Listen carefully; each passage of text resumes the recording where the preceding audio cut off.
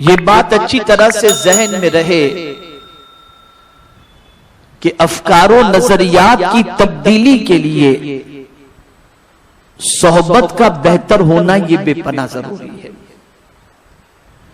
اسی لیے کسی نے بہت اچھی بات کہی ہے کہ میں کسی کو جاننا چاہتا ہوں اور اس کو جان نہیں پاتا یا اس سے ملاقات نہیں ہو پاتی، تب بھی میں اس کی پہچان اس طریقے سے کر لیتا ہوں کہ لوگوں سے پوچھتا ہوں یہ کن لوگوں کے ساتھ اٹھتا بیٹھتا ہے، اس لیے کہ جیسوں کے ساتھ اٹھتا بیٹھتا ہوگا ویسی اس کی سوچ ہوگی۔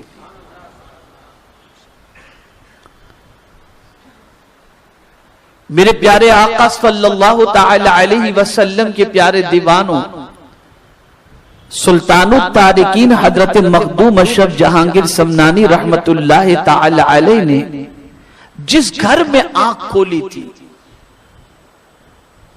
وہ گھر بڑا دیندار تھا۔ ماں کی عبادت کا کیا کہنا، والد کے تقوی و طہارت کا کیا کہنا، عالی نسب ہونے کے ساتھ ساتھ اعلیٰ کردار کے بھی مالک تھے، اور اولیاء کرام سے اتنی محبت تھی کہ حضرت مخدوم سمنا رحمت اللہ تعالی علیہ تخت و تاج کے مالک ہونے کے باوجود بھی اپنے دربار میں ایک بزرگ کو رکھے تھے جو مجذوب تھے اور بڑی خدمت ان کی وہ کیا کرتے تھے۔ آج کا دور یہ ہے اللہ ماشاءاللہ کہ کوئی بادشاہ بن جائے تو گویوں کو رکھتا ہے، جوکروں کو رکھتا ہے، لیکن جب اللہ والے تخت و تاج کے مالک ہوتے ہیں تو وہ ایسوں کو نہیں رکھتے بلکہ ایسوں کو رکھتے ہیں جن کی صحبت اور جن کی بات کو سننے کے بعد دل میں معرفت الہی اور محبت رسول کا جذبہ پیدا ہو سکے۔ حضرت مخدوم سمنا رحمت اللہ تعالی علیہ کی ولادت سے پہلے آپ کی کم و بیش 3 بہنیں تھیں، اور حضرت مخدوم سمنا رحمت اللہ تعالی علیہ کے والد کو یہ پریشانی ستاتی تھی کہ میرے بعد میرے تخت و تاج کا جانشین کون ہوگا، اس کو سنبھالنے والا کون ہوگا۔ اسی فکر میں زندگی گزارتے تھے کہ ایک رات وہ سوتے ہیں تو آقا کریم رؤوف الرحیم علیہ تحیت و تسلیم اپنے دیدار پر انوار سے مالا مال کر دیتے ہیں۔ تو رسول گرامی وقار صلی اللہ علیہ وسلم کو دیکھ کر اور آپ کی نورانیت کو دیکھ کر انہوں نے اپنا سر حضور کے قدموں میں رکھ دیا۔ آقا کریم صلی اللہ علیہ وسلم نے دریافت فرمایا کوئی حاجت، کیوں تم اتنے بے چین نظر آ رہے ہو؟ عرض کرتے ہیں حضور میرے بعد میرے جانشین کی مجھے فکر ہے۔ سرکار صلی اللہ علیہ وسلم نے فرمایا اللہ تجھے 2 بیٹے عطا فرمائے گا اور تیری جانشینی کی فکر دور ہو جائے گی، ایک کا نام اشرف رکھنا اور دوسرے کا نام اعرف محمد رکھنا۔ تو قربان جائیے حضرت مخدوم اشرف جہانگیر سمنانی رحمت اللہ تعالی علیہ کی عظمت پر کہ ان کا نام حضور صلی اللہ علیہ وسلم کی بشارت پر ان کے والد نے رکھا، بشارت پر رکھا۔ اور پھر حضرت مخدوم سمنا رحمت اللہ تعالی علیہ اپنی زندگی کے لمحات ولادت کے بعد گزارنے لگے تو آپ کو حیرت ہوگی، آج صرف قرأت حفظ کا قاری ملنا مشکل ہے، لیکن حضرت مخدوم سمنا رحمت اللہ تعالی علیہ 4 سال کی عمر میں 7 کا قرأت کا کورس انہوں نے مکمل کر لیا، 4 سال کی عمر میں۔ اور کم و بیش 12 یا 14 سال کی عمر کے اندر آپ علوم دینیہ سے فارغ ہو کر فضیلت کی سند آپ نے حاصل کر لی، آپ فاضل بن گئے. اور 15 سال کی عمر میں حضرت مخدوم سمنہ رحمت اللہ تعالی علیہ تخت و تاج کے مالک بن گئے اور شاہ وقت بن گئے 15 سال کی عمر میں. آج انسان کے پاس تھوڑی سی دولت آ جائے تو مسجد میں نماز پڑھنا اپنی شان کے خلاف سمجھتا ہے. آج اگر اقتدار کی کرسی نصیب ہو جائے تو غریبوں کے ساتھ اٹھنے بیٹھنے کے اندر اپنے لیے عیب محسوس کرتا ہے. لیکن وہ حضرت مخدوم سمنہ رحمت اللہ تعالی علیہ جن کو 15 سال کی عمر کے اندر اللہ نے بادشاہ وقت بنا دیا، سلطان وقت بنا دیا، لیکن فرمایا گیا لطائف اشرفی میں اور صحائف اشرفی کے اندر کہ 15 سال کی عمر کے جوان ہونے کے باوجود نہ کبھی فرض چھوٹتا، نہ کبھی واجب چھوٹتا، نہ کبھی سنت چھوٹتی، اور نہ کبھی تہجد کی نماز ان کی چھوٹا کرتی تھی.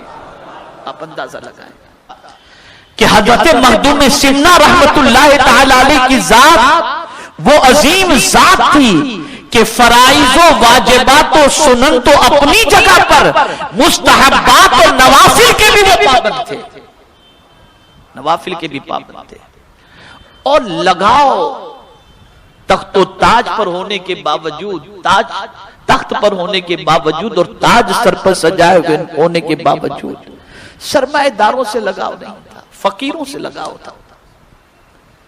اللہ والوں کی محبت صحبت میں بیٹھتے، اللہ والوں سے بات کرتے، اور جس کسی سے ملتے کوئی اور راہ نہیں پوچھتے تھے، سلوک کی راہ پوچھتے تھے کہ ہمیں قدرت تک پہنچنے کی کوئی راہ بتاؤ. اللہ اللہ، ایک ہی سوال ہوتا تھا اور وہ سوال یہ ہوتا تھا کہ ہم قدرت کے قریب کیسے ہوں، اس کا کوئی راز ہمیں بتایا جائے.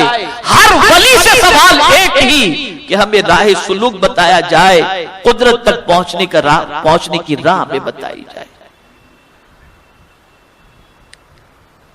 اور پھر تعلیم بھی حضرت مخدوم سمنہ رحمت اللہ تعالی علیہ نے جہاں کچھ اپنے معاصرین میں سے اپنے زمانے کے چند بزرگوں سے انہوں نے تعلیم حاصل کی، وہیں پر حضرت مخدوم سمنہ رحمت اللہ تعالی علیہ نے حضرت خضر علیہ السلام سے تعلیم حاصل کی.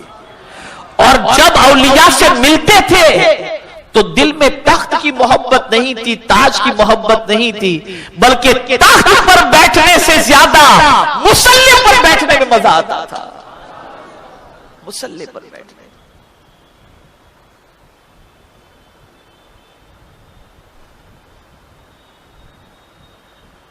کئی مرتبہ حضرت مخدوم سمنہ رحمت اللہ تعالی علیہ کے دل میں خیال آیا کہ میں یہ تخت و تاج چھوڑ کر، یہ سلطنت چھوڑ کر، یہ بادشاہت چھوڑ کر میں اللہ کی راہ میں نکل پڑوں. لیکن حضرت خضر علیہ السلام نے رو کے رکھا تھا اور فرمایا تھا کہ ابھی تم اس امور کو بھی انجام دو، وقت آئے گا تو تمہیں بتا دیا جائے گا. تو حضرت مخدوم سمنہ رحمت اللہ تعالی علیہ امور سلطنت کو انجام دیتے رہے، زندگی گزارتے رہے، اور کم و بیش 10 سال تک آپ نے امور سلطنت کو انجام دیا.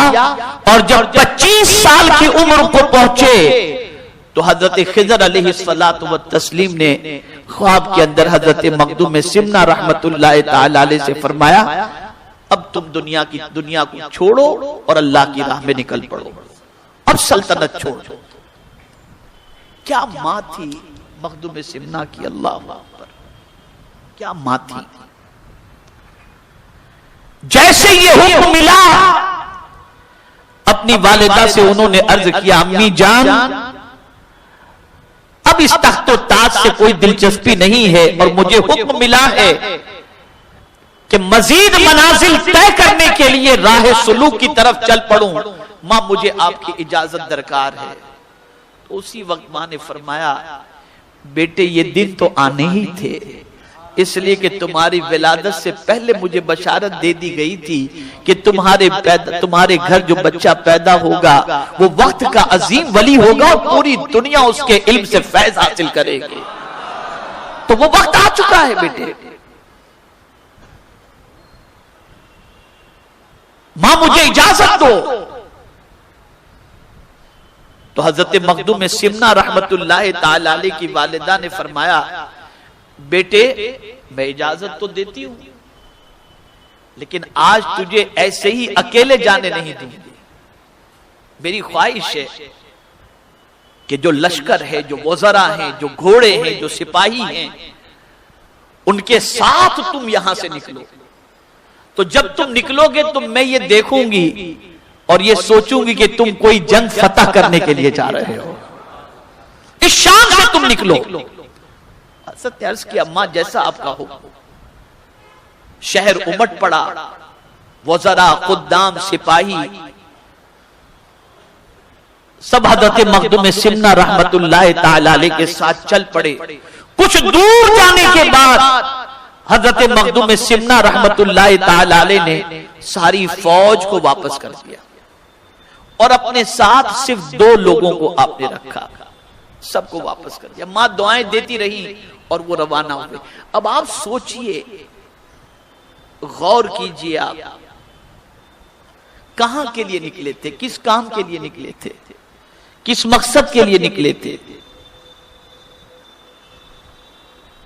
قرب الہی کی دولت سے مالا مال اور مخلوق خدا کو فیض پہنچانے کی غرض سے آپ سمنہ سے نکلتے ہیں اور ہندوستان کا رخ کرتے نظر آتے ہیں.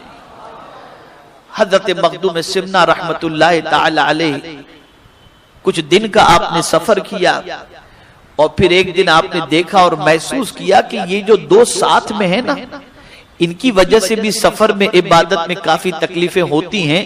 تو ایک مرتبہ وہ دونوں سوئے تھے، دونوں کو چھوڑ کر حضرت مخدوم سمنہ تنہا نکل پڑے. حضرت مخدوم سمنہ رحمت اللہ تعالی علیہ چاہتے تھے کہ ان کی خلوت و جلوت اور ان کی عبادت اور ان کے تقوی و طہارت کے حوالے سے مولا ہی جانے اور باقی سب ان سے بے خبر رہیں. نکل پڑے. 2 سال کے طویل سفر کے بعد کئی اولیاء کرام علیہم الرضوان سے حضرت مخدوم سمنہ علیہ رحمہ کی ملاقات ہوئی. جس کسی نے حضرت مخدوم سمنہ علیہ رحمہ کی پیشانی دیکھی سب نے کہا کہ نور چمک رہا ہے، اللہ کے ولی ہیں، اللہ کے مقرب بندے ہیں. لیکن قربان جائیے جتنے بزرگ ملے سب نے کہا کہ جاؤ بنگال کے اندر شیخ علاء الدین تمہارا انتظار کر رہے ہیں. ہر ولی کو معلوم تھا کہ ان کا حصہ بنگال کے اندر پنڈوا شریف کے اندر موجود ہے. سفر طے کرتے ہوئے، کئی علماء سے ملتے ہوئے، کئی مشائخ سے ملتے ہوئے، کئی لوگوں کی صحبت سے استفادہ کرتے ہوئے جب حضرت شیخ علاء الدین پنڈوی رحمت اللہ تعالی علیہ کے یہاں کے لیے روانہ ہوئے اور جب پتا چلا کہ اب بالکل قریب ہے اور شیخ علاء الدین رحمت اللہ تعالی علیہ تشریف فرما تھے اپنے مریدوں کے ساتھ اور 4 کلومیٹر کے فاصلے پر حضرت مخدوم اشرف جہانگیر سمنانی رحمت اللہ تعالی علیہ پہنچے ہوں گے اور 4 کلومیٹر کا سفر ان کا باقی ہوگا. تو حضرت شیخ علاء الدین پنڈوی رحمت اللہ تعالی علیہ اپنے مریدوں سے فرماتے ہیں یار کی خوشبو آ رہی ہے، یار کی خوشبو آ رہی ہے. اور یہ کہتے فرمایا فوراً پالکی تیار کی جائے، چلو سب. اب سب کو حیرت کہ حضرت کبھی کسی کے استقبال کے لیے اس طریقے سے گئے نہیں. ایسا کون بندہ ہے جس کے استقبال کے لیے حضرت اس طریقے سے تیاریاں فرما رہے ہیں. تیاری کیے، سب کو لیے اور پورے قافلے کے ساتھ حضرت مخدوم اشرف جہانگیر سمنانی رحمت اللہ تعالی علیہ کے لیے ان کے استقبال کے لیے حضرت شیخ علاء الدین پنڈوی رحمت اللہ تعالی علیہ باہر تشریف لے گئے. دور سے گرد و غبار اٹھتا ہوا دکھائی دیا. فرمایا جا کے پوچھو کون ہے. ایک مرید گیا، پوچھا کیا نام ہے؟ کہا اشرف. آئے حضرت شیخ علاء الدین پنڈوی رحمت اللہ تعالی علیہ سے انہوں نے کہا کہ حضور آنے والا مسافر اشرف ہے، کہا بس مراد ہماری پوری ہو گئی، قربان جائیے۔ یہ کون کہہ رہا ہے؟ حضرت شیخ علاؤالدین پنڈوی رحمت اللہ تعالی علیہ۔ اور جیسے ہی حضرت مخدوم اشرف جہانگیر سمنانی رحمت اللہ تعالی علیہ قریب آئے، حضرت نے سینے سے لگایا، اس کے بعد خانقاہ میں لے کر کے آئے، اور اس کے بعد حضرت مخدوم اشرف جہانگیر سمنانی رحمت اللہ تعالی علیہ حضرت شیخ علاؤالدین پنڈوی رحمت اللہ تعالی علیہ کے ہاتھوں پر بیعت ہوئے، اور آپ کی صحبت کے اندر 4 سال انہوں نے گزارے۔ اور جو کچھ حضرت شیخ علاؤالدین پنڈوی رحمت اللہ تعالی علیہ فرماتے ہیں، جو کچھ میرے سینے میں تھا میں نے سب کچھ اشرف کے سینے میں منتقل کر دیا۔